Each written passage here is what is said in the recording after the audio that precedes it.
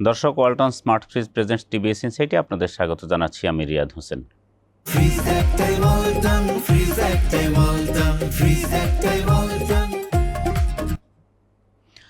দেশে মোটরসাইকেল ইন্ডাস্ট্রির জন্য কিছুটা সুখবর যে একটা লম্বা সময় মন্দা কাটিয়ে কিছুটা ভালোর দিকে দেশের মোটরসাইকেল অর্থাৎ মোটরসাইকেলের বিক্রি সর্বশেষ 2025-26 অর্থ বছরে অতীতের আগের বছরের তুলনায় বেড়েছে। তো এই যে মোটরসাইকেল কিছুটা মন্দা কাটিয়ে উঠতে পারছে, অথবা আমরা যেটা জানি যে প্রথমবারের মতো ইউরোপ না দক্ষিণ আমেরিকার বাজারে রপ্তানিও করছে। তো এই যে মোটরসাইকেল মন্দা কাটিয়ে উঠছে কিভাবে, অথবা এখন পরিস্থিতি কি, সামনের দিকে এই শিল্পের ভবিষ্যৎ কেমন, এ বিষয় নিয়ে বিজনেস স্ট্যান্ডার্ডে একটি প্রতিবেদন প্রকাশ হয়েছে। প্রতিবেদনটি করেছেন আমাদের সহকর্মী বিজনেস স্ট্যান্ডার্ডের সিনিয়র করেসপন্ডেন্ট আব্বাস উদ্দিন নয়ন। আমরা বিষয়টি নিয়ে তার সঙ্গে বিস্তারিত কথা বলবো আমাদের স্টুডিওতে। নয়ন, আপনাকে স্বাগত আমাদের স্টুডিওতে। এই যে মোটরসাইকেল শিল্পের জন্য বা মোটরসাইকেল বিক্রি বেড়েছে, মন্দা কাটিয়ে উঠছে, সেটি কিভাবে, এটি যদি একটু আমাদের বলেন। ধন্যবাদ রিয়াদ ভাই। আপনি জানেন যে বাংলাদেশে আসলে এখন রাস্তায় গেলে যে মোটরসাইকেল দেখা যায়, এটা একটা বুম হয়েছিল অ্যাকচুয়ালি 2017-18 সাল থেকেই এটার বুম হয়েছে। 17 সালে সরকার বাংলাদেশে মোটরসাইকেল উৎপাদনে বিশেষ সুবিধা দিয়েছে, এনবিআর ট্যাক্স হলিডে দিয়েছে। আপনি যদি এনবিআর বিট করেন আপনি জানেন, ট্যাক্স হলিডে দিয়েছে। মোটরসাইকেল ম্যানুফ্যাকচারিংয়ের ক্ষেত্রে ব্যাট অব্যাহতি দিয়েছিল, পার্টস ইম্পোর্টের ক্ষেত্রে ট্যাক্স অনেক কমিয়ে দিয়েছিল। সেই বুমটা আসলে 2017-18 সাল থেকে 2020-21 সাল পর্যন্ত কন্টিনিউ ছিল। 20 সালে করোনার মধ্যেও প্রায় আমাদের বাংলাদেশে বছরে প্রায় 7 লাখের মতো মোটরসাইকেল সেল হয়েছিল। বাংলাদেশে এখন বিআরটি এর হিসাব অনুযায়ী মানে এক বছরে 7 লাখ, এক বছরই 7 লাখ। বিআরটির হিসাব অনুযায়ী বাংলাদেশে এখন মোটরসাইকেল টোটাল নিবন্ধনী 25-26 লাখের মতো। সেক্ষেত্রে এক বছরই 7 লাখের মতো মোটরসাইকেল প্রায় সেল হয়েছিল 20 সালে করোনার সময়টা। এই কারণ কি? কারণ হলো ওই যে 17-18 সালে সরকার যে স্পেশাল কিছু সুবিধা দিয়েছিল মোটরসাইকেল ম্যানুফ্যাকচারিং জন্য, সেটা কাজে লাগে আমাদের লোকাল ইন্ডাস্ট্রি গড়ে উঠছে সেটার। আর 20 সালের পরেই আসলে শুরু হয় আমাদের ক্রাইসিসটা, যেমন ডলার ক্রাইসিস। আপনি জানেন যে 21 সাল থেকে বাংলাদেশে ডলার প্রাইস বাড়া শুরু করে। যখন ডলার প্রাইস বাড়া শুরু করে, আমাদের এখানে ম্যানুফ্যাকচারিংগুলো সব কম্পোনেন্ট অ্যাকচুয়ালি ইম্পোর্ট করতে হয়।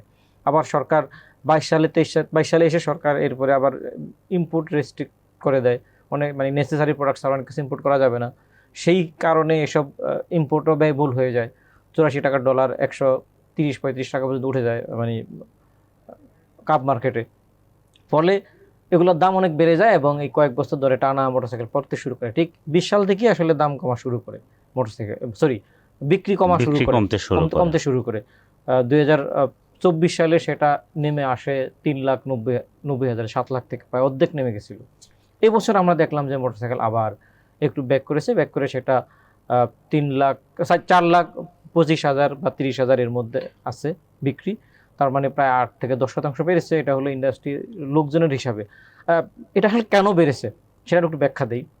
এই যে দীর্ঘদিন একটা মন্দা ছিল বলা যায়। আপনি জানেন যে রাইড শেয়ারিং গত কয়েক বছর ধরে অনেক বেড়েছে।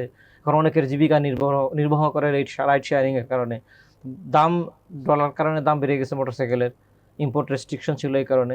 ফলে এই যে এরপর রাজনৈতিক অস্থিরতা ছিল, এগুলো কাটে 25 সালটা তাদের কাছে ইন্ডাস্ট্রি যারা ইনসাইডার আছে, যারা মোটরসাইকেল বিক্রি করে, তারা দামটা 25-26 অর্থ বছর, এক্স্যাক্টলি 25-26 অর্থ বছর, এই সর্বশেষ জুন পর্যন্ত, 30 জুন পর্যন্ত।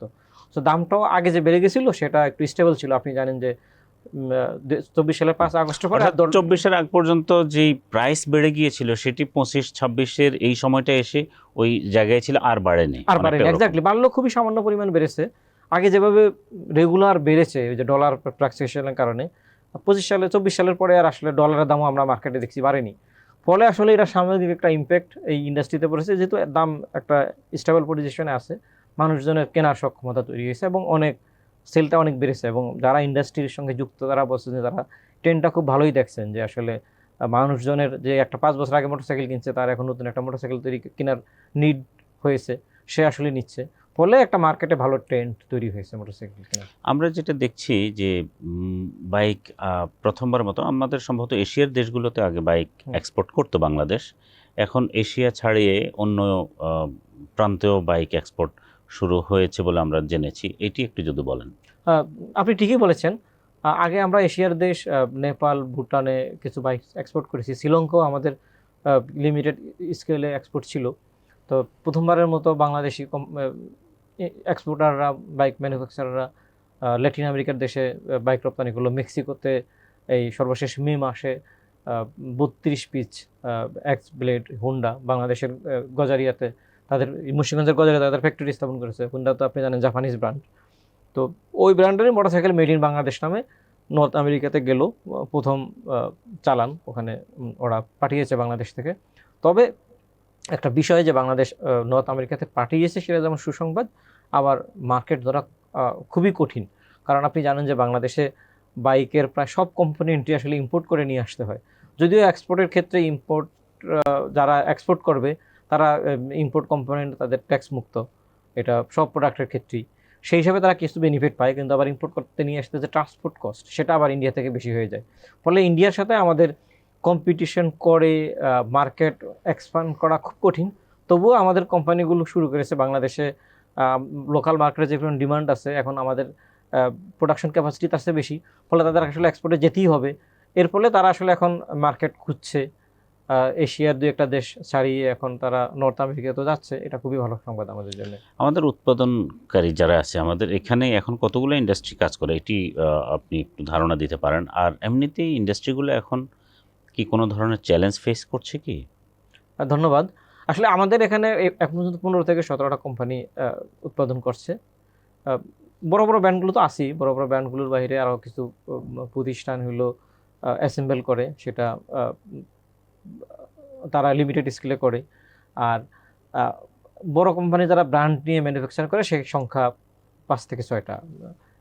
ইয়ামাহা, হুন্ডা, সুজুকি, হিরো, এমন কয়েকটা। আর এখন পর্যন্ত টোটালি ইম্পোর্ট হয় উত্তরা মোটরসেরও আছে, উত্তরা মোটরসের আছে। এখন পর্যন্ত টোটালি ইম্পোর্ট হয় রয়্যাল এনফিল্ড, যেটা আসলে কয়েকদিন আগে বাংলাদেশে ক্রেজ ইফাদ গ্রুপের। ইফাদের। আর বাকি সবই আসলে ধরা যায় বাংলাদেশে আসলে ম্যানুফ্যাকচার হয়। আর আপনি যেটা বলছিলেন যে চ্যালেঞ্জ আছে কিনা, তো বাইক যারা উৎপাদন করে তাদের 1 নম্বর চ্যালেঞ্জ হলো বাংলাদেশ থেকে বাইরে রপ্তানি করা। বাংলাদেশের মার্কেটে তারা বেশ ভালো করছে, ডুইং গুড। তাদের বাংলাদেশ মার্কেটে তাদের খুব একটা ডিফিকাল্টিস নেই। কিন্তু সমস্যা হলো এক্সপোর্ট করার ক্ষেত্রে। এক্সপোর্ট করার ক্ষেত্রে তাদের যে ওই প্রতিযোগী দেশ তারা বেশি বেনিফিট পাচ্ছে। আমাদের সরকারের এতদিন ধরে এক্সপোর্ট পলিসিতে সমস্যা ছিল। তারা হলো কোম্পানিগুলোকে বন্ড সুবিধা দেওয়া, লাইসেন্সিং, পোর্টে অনেক বেশি ঢিলে, এগুলো সমস্যা ছিল। এবার বাজেটে অনেক বিষয়ে সরকার আইডেন্টিফাই করছে এবং উল্লেখ করছে, ফ্রি ট্রেড জোন করে দিয়েছে। এবং হলো এই যে বন্ডের জন্য যে লাইসেন্সের জন্য ঘুরতে হতো সেটা ইজি করে দিয়েছে। তো এখন দেখা যাক যে আসলে তারা কতটুকু করতে পারবে। পলিসিতে সরকার আরও কিছু সাপোর্ট দিয়েছে বলেই মনে হচ্ছে। একটি গুরুত্বপূর্ণ বিষয় আমাদের এই আলোচনায় আসা দরকার, সেটি হচ্ছে একসময় বাংলাদেশ মোটরসাইকেল ইম্পোর্ট ডিপেন্ডেন্ট ছিল। সম্ভবত আমাদের 90%-এর বেশি আমরা ইম্পোর্ট করতাম।